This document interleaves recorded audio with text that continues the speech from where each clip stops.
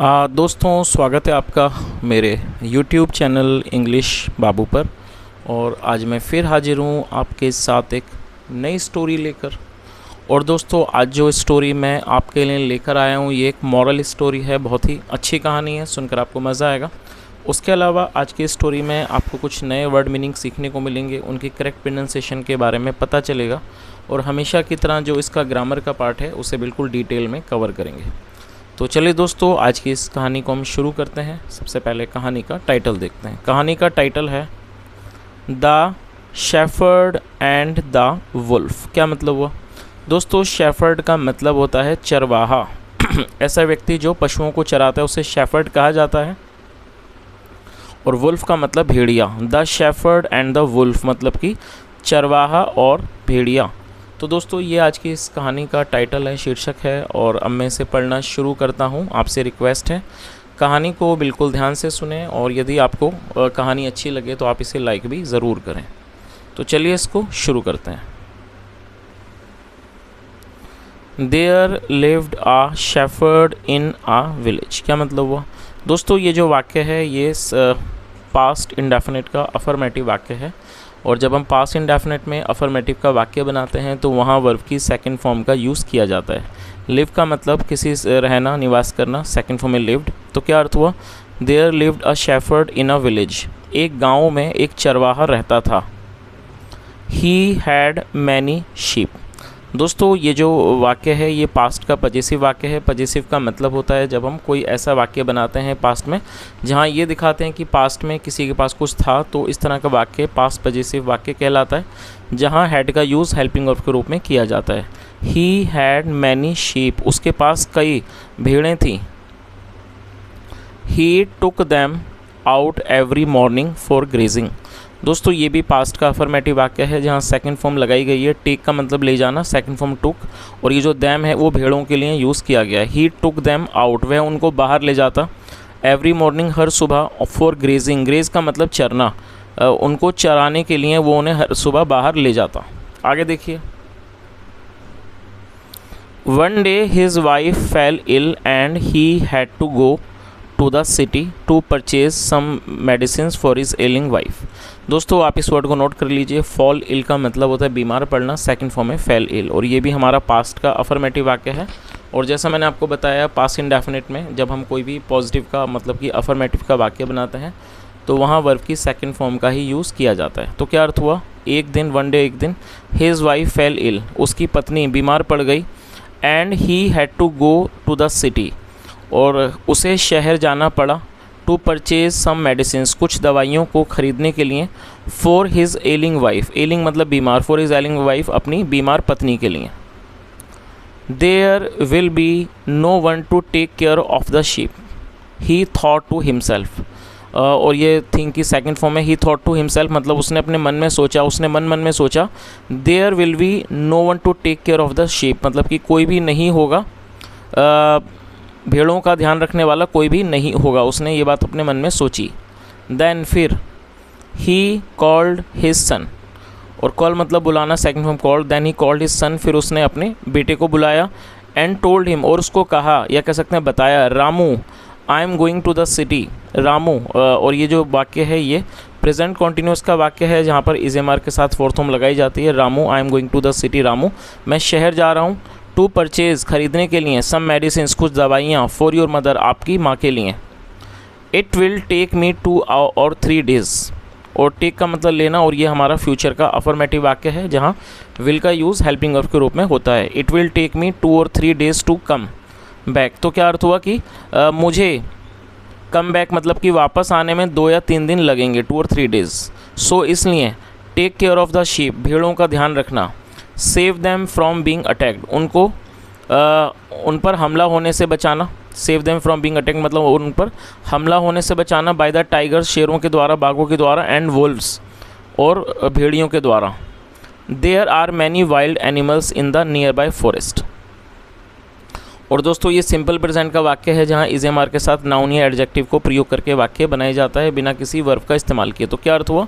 There are many wild animals in the nearby forest मतलब कि नज़दीकी जंगल में बहुत सारे जंगली जानवर हैं। They might kill our sheep, शायद वो हमारी भेड़ों को मार दें। चलिए आगे देखिए। Ramu listened to his father's advice carefully and the next day he left for the nearby hill side with his flock of sheep. क्या अर्थ हुआ? दोस्तों लिसन मतलब सुनना, ये सेकंड फॉर्म है, ये भी पास्ट का अफर्मेटिव वाक्य है। और यहाँ फादर के बाद एपिस्ट्रोफी है जिसका मतलब होता है का के की, एडवाइस का मतलब सलाह। तो क्या अर्थ हुआ? Ramu listen to his father's advice carefully. Carefully मतलब ध्यान से। रामू ने अपने पिता की बात को ध्यान से सुना।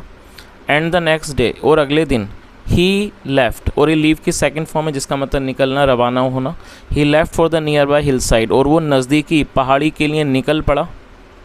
With his flock of sheep, अपने भेड़ों के झुंड के साथ। फ्लॉक का मतलब झुंड, with his flock of sheep अपनी भेड़ों के झुंड के साथ या झुंड को लेकर वो नज़दीकी पहाड़ी नियर बाय हिल साइड के लिए निकल पड़ा। आगे देखिए। But Ramu was a mischievous boy, लेकिन जो रामू था वो एक शरारती लड़का था। और दोस्तों ये हमारा सिंपल पास्ट का वाक्य है जहाँ वॉज या वर का यूज़ हेल्पिंग वर्ब के रूप में किया जाता है। आगे देखिए। He was feeling lonely. Feel lonely का मतलब होता है अकेला महसूस करना, और ये पास्ट कॉन्टीन्यूस का वाक्य है। ही वॉज फीलिंग लोनली, वह अकेला महसूस कर रहा था। सो इसलिए he wanted to have some fun. और दोस्तों ये भी पास्ट का अफर्मेटिव वाक्य है, और वॉन्ट मतलब चाहना, सेकंड फॉर्म में वॉन्टेड। सो इसलिए he wanted to have some fun, वो थोड़ा मजाक करना चाहता था, मतलब वो थोड़े मज़े लेना चाहता था। ही stood on a high rock. Stand मतलब खड़ा होना, सेकंड फॉर्म में स्टूड, आप इसे नोट कर लीजिए। और रॉक मतलब चट्टान। He stood on a high rock, वह एक ऊंची चट्टान पर खड़ा हो गया। एंड बिगिन शाउटिंग, और बिगिन मतलब शुरू करना, second form begin.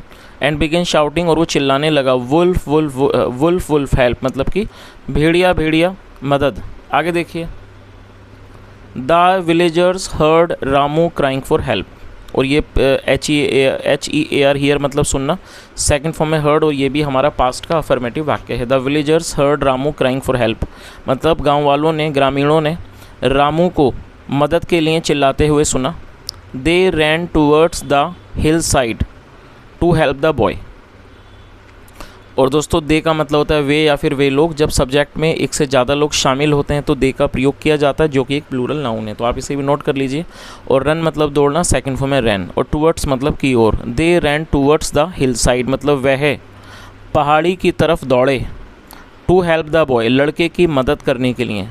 Carrying big sticks in their hands, अपने हाथों में बड़ी बड़ी लाठियाँ लेकर वो पहाड़ी की तरफ दौड़े लड़के की मदद करने के लिए।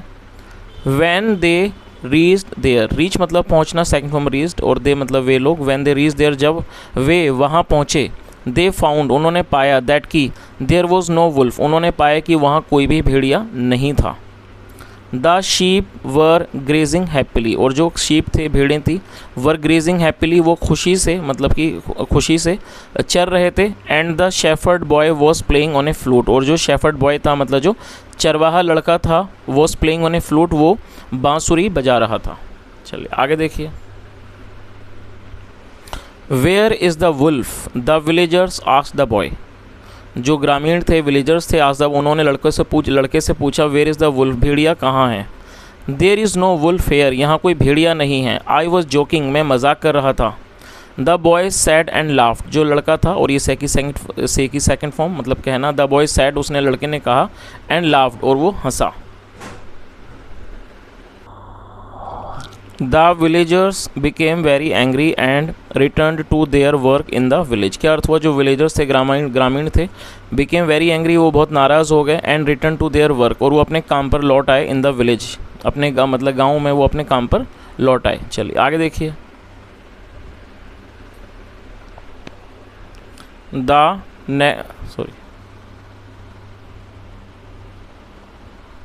नेक्स्ट डे मतलब कि अगले दिन।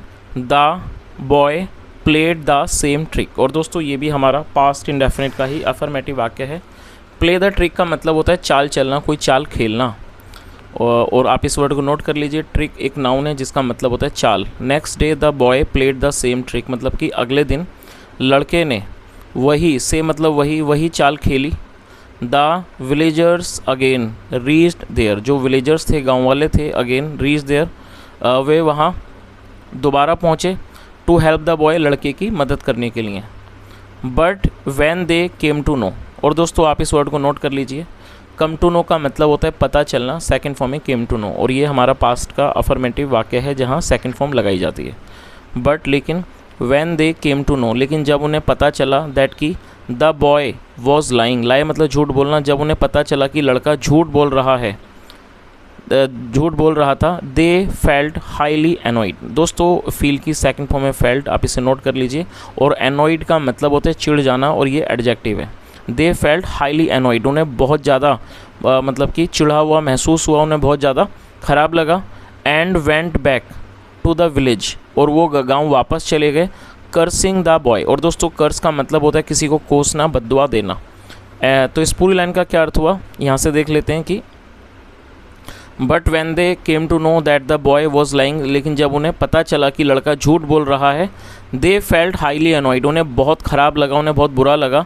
And went back to the village cursing the boy, और वो गांव वापस चले गए लड़के को बद्दुआ देते हुए या कोसते हुए। चलिए आगे देखिए। But on the third day, लेकिन तीसरे दिन, a wolf really came there, एक जो वुल्फ था, भेड़िया था, रियली केम देयर, वो वास्तव में वहाँ आ गया। The boy got frightened to see his red eyes. दोस्तों ये जो वाक्य है ये भी पास्ट का अफर्मेटिव ही वाक्य है, लेकिन यहाँ एडजेक्टिव को वर्ब के रूप में प्रयोग किया गया है। फ्राइटेंड एडजेक्टिव है जिसका मतलब होता है डरा हुआ होना, डर जाना, भयभीत हो जाना। तो आपको ये चीज़ याद रखनी है कि जब आप कोई भी ऐसा वाक्य बनाते हैं जहां आप एडजेक्टिव को वर्ब के रूप में प्रयोग करना चाहते हैं, तो वहां पर आपको एक सपोर्टिंग वर्ब का यूज़ करना होता है, क्योंकि बिना सपोर्टिंग वर्ब का यूज़ किए आप एडजेक्टिव को वर्ब नहीं बना सकते। तो आप इस चीज़ को हमेशा याद रखें कि जब भी आप कोई ऐसा वाक्य बनाएं जहां आप एडजेक्टिव को वर्ब बनाना चाहते हैं, तो आपको एक सपोर्टिंग वर्ब का यूज़ करना होता है। तो यहाँ सपोर्टिंग वर्ब के रूप में गेट का प्रयोग किया गया है। गेट फ्राइटेंड का मतलब होता है डर जाना, भयभीत होना, हो जाना, और ये सेकंड फॉर्म में गॉट फ्राइटेंड। तो क्या अर्थ हुआ, the boy got frightened to see his red eyes, जो लड़का था वो उसकी लाल आँखों को देखकर डर गया, मतलब कि भयभीत हो गया। और ये किसके बारे में बात हो रही है, भेड़िए की आंखों के बारे में, red eyes. The wolf was huffing and growling, जो भेड़िया था वॉज हफिंग, वो हाँफ रहा था, एंड ग्रॉलिंग, ग्रॉल का मतलब है गुर्राना। दोस्तों जो पशु वगैरह जो गुर्राते हैं, कुत्ते वगैरह इस तरह के जानवर, उन्हें ग्रॉल कहा जाता है। तो क्या अर्थ हुआ, the wolf was huffing and growling, जो भेड़िया था वो हाँफ रहा था और गुर्रा रहा था। He began advancing towards the flock of sheep, और दोस्तों एडवांसिंग को आप नोट कर लीजिए, जब कोई व्यक्ति किसी की ओर बढ़ता है उसे एडवांस कहा जाता है, और ये फोर्थ फॉर्म है एडवांसिंग। और ये बिगिन की सेकंड फॉर्म है बिगिन, जिसका मतलब शुरू करना। He begin advancing towards the flock of sheep, क्या अर्थ हुआ, वह फ्लॉक ऑफ शिप मतलब भेड़ों के झुंड के की तरफ, टूवर्ड्स मतलब तरफ, आगे बढ़ने लगा।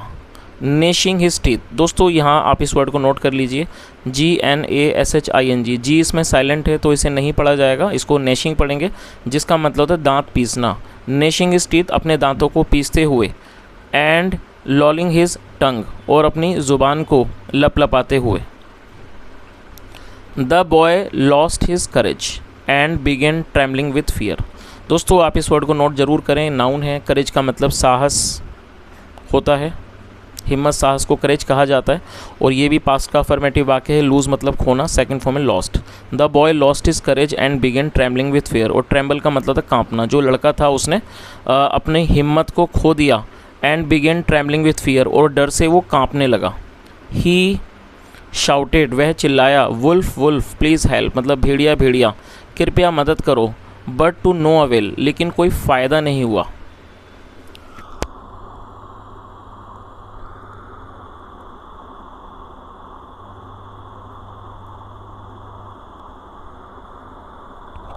दिस टाइम, इस बार, no one came to help him, no one मतलब कोई भी नहीं, और ये भी पास्ट का अफर्मेटिव वाक्य है। और दोस्तों आप यहाँ पे एक छोटी सी चीज़ मेंशन कर लीजिए, जैसे ये वाक्य जो है ये पास्ट इंडेफिनिट का नेगेटिव वाक्य है। तो यहाँ पर आमतौर पर जब हम पास्ट इंडेफिनिट में नेगेटिव वाक्य बनाते हैं तो डिड नॉट के बाद फर्स्ट फॉर्म लगाई जाती है, लेकिन जब हम नो वन का यूज़ करेंगे तो वहाँ डिड नॉट नहीं आ सकता, और इसीलिए यहाँ पर हमें सेकेंड फॉर्म ही लगानी होगी। तो आप इस चीज़ को नोट कर लें। तो क्या अर्थ हुआ, this time no one came to help him, इस बार उसकी मदद करने कोई नहीं आया। द विलेजर्स थॉट, मतलब, और ये थिंक की second form thought. The villagers thought, गांव वालों को लगा कि दैट की Ramu was up to his old tricks, की जो रामू है वो दोबारा से अपनी पुरानी चालों को कर रहा है। The wolf killed many sheep of Ramu, जो वुल्फ था, भेड़िया था, उसने रामू की कई भेड़ों को मार दिया। Ramu return home weeping, weep मतलब रोना, रामू रिटर्न होम, रामू रोता हुआ घर लौट आया। चलिए दोस्तों, अब इस कहानी का जो मॉरल है वो भी हम एक बार देख लेते हैं। क्या मॉरल है? People do not trust a liar. और दोस्तों ये जो वाक्य है ये हमारा ये प्रेजेंट इंडेफिनिट का वाक्य है, जहाँ पर यदि हम प्रेजेंट इंडेफिनिट में कोई नेगेटिव वाक्य बनाते हैं तो सब्जेक्ट के बाद डू नॉट या डज नॉट का प्रयोग किया जाता है। यदि हमारा सब्जेक्ट आई, वी, यू, दे या प्लूरल होगा तो डू नॉट लगाएंगे, और यदि ही, शी, इट या सिंगुलर नाउन होगा तो डज नॉट आएगा।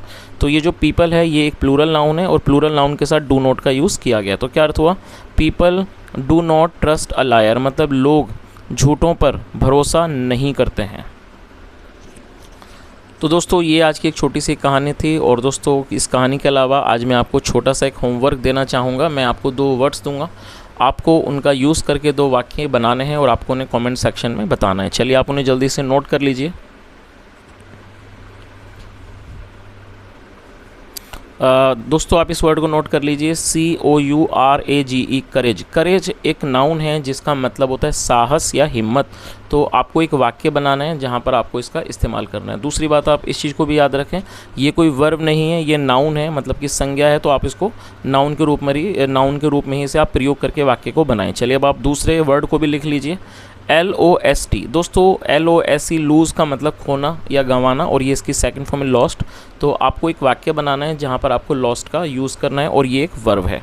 तो इस तरह से मैंने आपको 2 वर्ड्स दिए हैं, आपको इनका प्रयोग करके 2 वाक्य बनाने हैं और उन्हें कमेंट सेक्शन में बताना है। दोस्तों यदि आपको कहानी अच्छी लगी हो तो आप इसे लाइक करें, शेयर करें, चैनल को ज़रूर सब्सक्राइब करें, और यदि कोई सुझाव हो तो कमेंट के माध्यम से बताएं। सुनने के लिए थैंक यू सो मच।